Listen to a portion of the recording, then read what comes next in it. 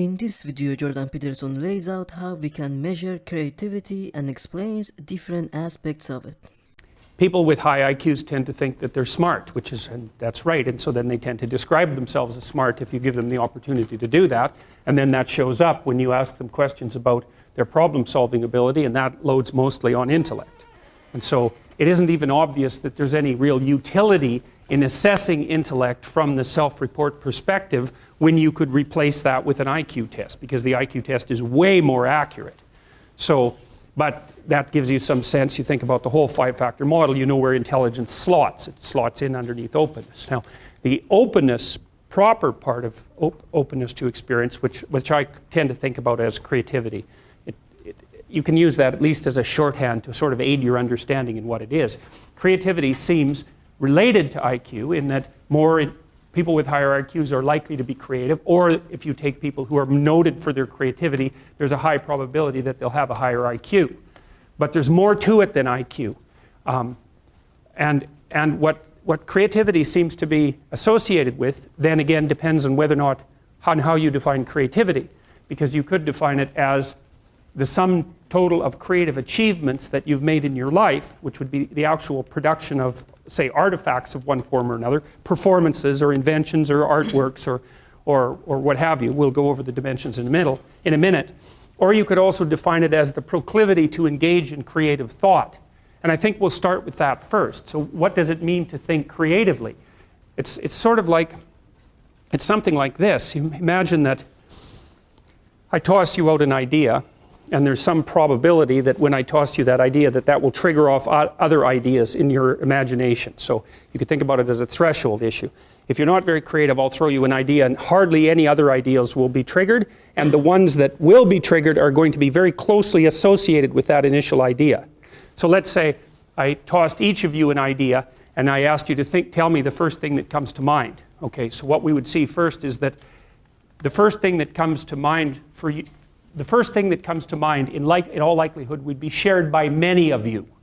Okay, so then you could think about that as a common response, right? And so that's a less creative response.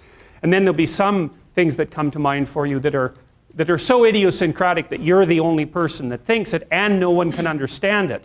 Well, that's also not exactly creative, because the thing that for something to be creative, it has to be novel and useful at the same time. That's sort of a rough definition.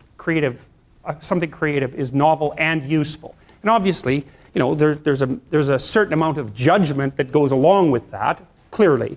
But if it's too novel, then no one else can understand it, and it's unlikely to be useful. So there's a range of convenience. So anyways, if you want to decide if something's creative, like what we would do, I could say to you, okay, in the next 3 minutes, I want you to write down all the uses you can think of for a brick. So, okay, so someone tell me a use for a brick. Breaking windows. A pumice for your feet. Yes, okay. What else can you use a brick for? Build a wall. Build a wall. It's a very small wall. A wall for ants. And what else? Paperweight. Paperweight.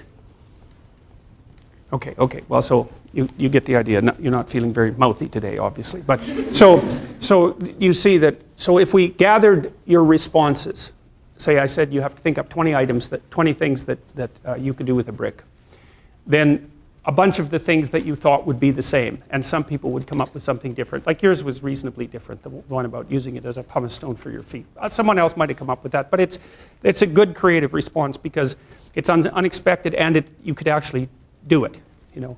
So anyway, so you'll get a graph of probability of response, right? And the more probable, the less creative. Roughly speaking. It's not the only criteria though, because you also have to look at utility. So if I said, okay, you've got 3 minutes to write down as many uses as you can think of for a brick, I would score that in a variety of ways. The first thing I would do is just figure out how many uses you generated. That's called fluency. And we could also do that. I could just say, write down as many words as you can that begin with the letter S in 3 minutes, or that begin with the letter C, or 4-letter words that begin with the letter D. You know, I can constrain it.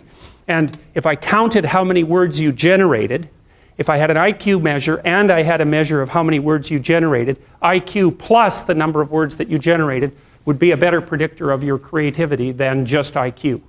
So there's this fluency element and so that's something like the rate at which you can produce, say, verbal ideas. And one of the things we do know about the creativity dimension of openness is that it is associated with fluency. And it's also associated with originality. And originality would be how improbable your use was compared to the uses generated by other people.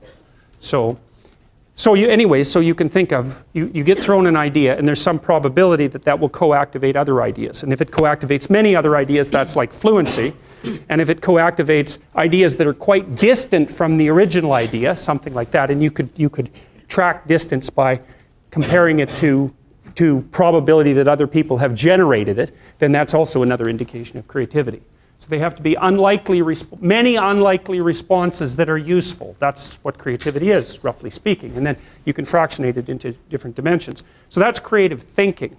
But then creative achievement would be the ability to take those original ideas and then actually to implement them in the world. And that's obviously much more different than merely being creative.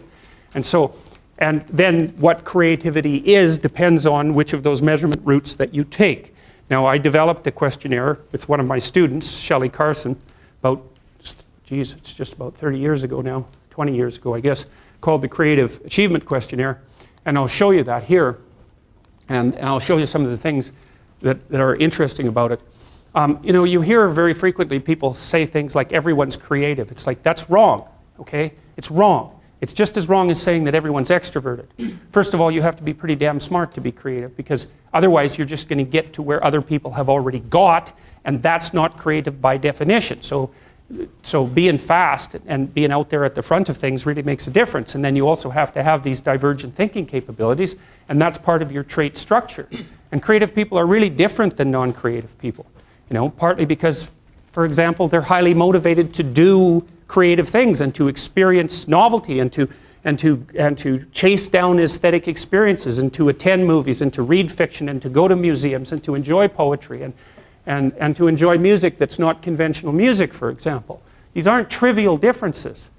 And so it's a real misstatement to make the proposition that everyone's creative. It's just simply not the case. It's a matter of wishful thinking. It's like saying that everyone's intelligent. It's like, well, if everyone's intelligent, then the term loses all of its meaning, because any term that you can apply to every member of a category has absolutely no meaning. Now, that doesn't, and the other thing you want to be thinking about here is that don't be thinking that creativity is such a good thing. It's a high-risk, high-return strategy. So if you're creative, you just try this. There's creative people in this room, man. You guys are going to have a hell of a time monetizing your creativity. It's virtually impossible. It's really, really difficult because, first of all, let's say you make an original product. You think the world will beat a pathway to your door if you build a better mousetrap. It's like, that's complete rubbish. It isn't true in the least. If you make a good creative product, you've probably solved about 5% of your problem. Because then you have marketing, which is insanely difficult, and then you have sales, and then you have customer support, and then you have to build an organization, and you have to, if it's really novel, you have to tell people what the hell the thing is.